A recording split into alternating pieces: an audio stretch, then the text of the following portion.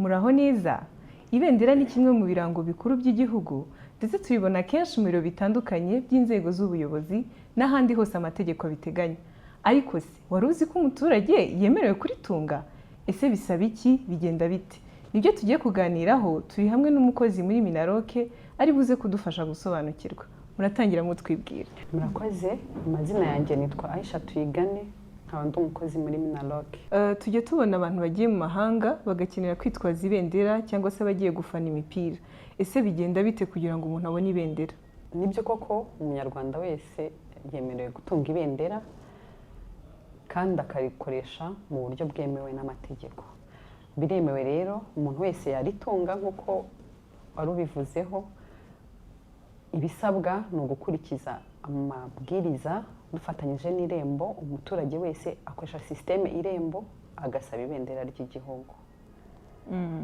Birumvikana rero ko hari n'igiciro bisaba cyangwa se mu buryo bw'ubushobozi amafaranga. Twakwibaza ngo nangahe, bigenda bite, bijyanye n'uko amabendera batandukanye? Yego. Uburyo bwo gusaba amabendera nk'uko nari mbikubwiye, dukoresha sisiteme Irembo. Umuturage cyangwa se umunyamahanga ajya kuri platform y'Irembo.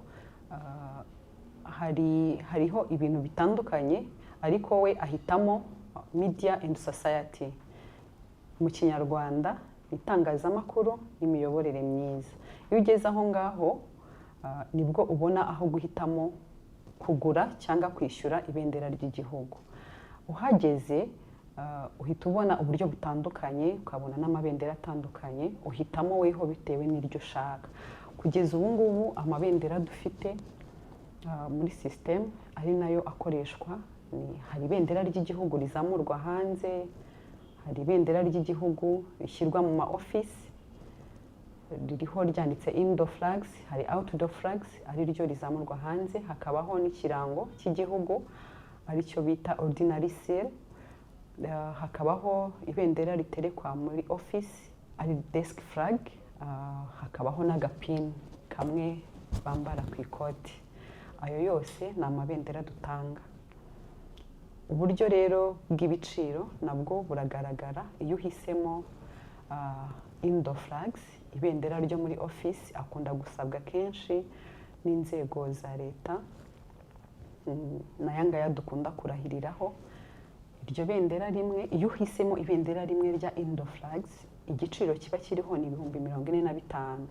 Uhita ubibona direct ugakomeza process n'ubundi. Iyo uhisemo outdoor flags ari naryo bendera rizamurwa hanze, igiciro kiriho ni 30,000. Ibendera rimwe ni 30,000. Iyo uhisemo agapin flags ko bambara ku ikote, igiciro cyaryo ni 3,000 gusa. Ibiciro rero bitandukana bitewe n'ibendera ushaka. Yego, tugana ku musozo, twakwibaza ngo uwahawe ibendera arasabwa iki cyangwa se n'icyo akwiye kwitwararikaho? Umuntu wese wahawe ibendera mu by'ukuri aba yarisabye mu Irembo koko, mbere y'uko tumwemereza y'uko aryishyura, ko ntago usaba ngo uhite wishyura tutarakwemereza y'uko tutaraprovinga y'uko uryemerewe.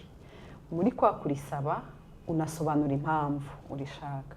Mu gusobanura impamvu turakwemerera cyangwa tukaguhakanira.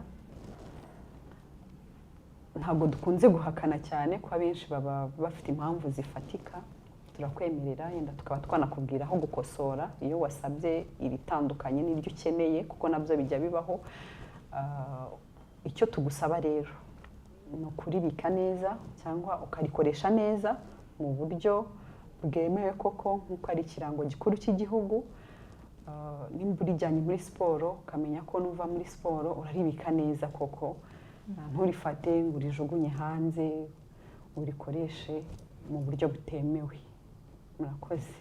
Murakoze cyane Aisha. Dusobanukiwe byinshi rero ku bijyanye no kubona ibendera, icyo bisaba ndetse n'aho dushobora kunyura kugira ngo tuyibone. Ni naha dusoreje ikiganiro cyacu, tubashimira cyane ko mwadukurikiranye.